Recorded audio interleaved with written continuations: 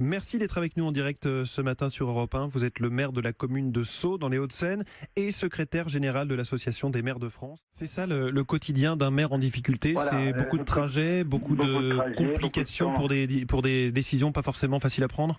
Tout à fait. Et puis ce manque de moyens, encore une fois, cette année, en 2018, la moitié des communes de France ont vu à nouveau une baisse de leur dotation.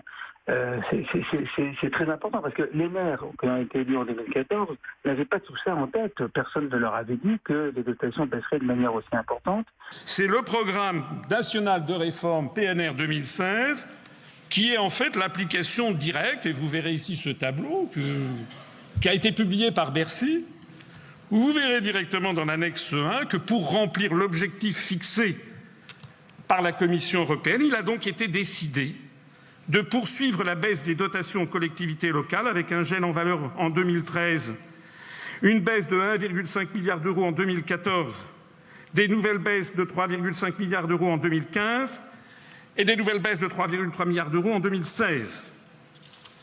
Et comme le 18 mai 2016, il y a eu un nouveau rapport des grandes orientations de politique économique fixées par la Commission européenne qui demande expressément de poursuivre la baisse des dépenses des collectivités locales, il est prévu qu'en 2017, il y aura une diminution de 3,7 milliards d'euros des dotations de l'État.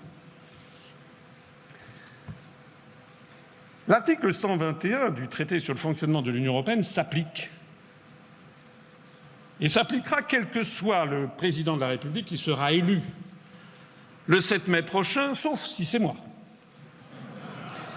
Puisque je suis le seul, je ne suis pas sûr que ce soit si drôle. Mais avant que je parle de cet article 5, je rappellerai quand même que si l'on entre dans des renégociations, eh bien ça débouchera sur rien. Et donc ils seront obligés de mettre en œuvre cette politique que je viens de vous montrer. C'est-à-dire que figurez-vous que la dotation globale de fonctionnement va continuer à diminuer en 2017 et bien davantage encore en 2018. Personne ne leur avait dit que les dotations baisseraient de manière aussi importante.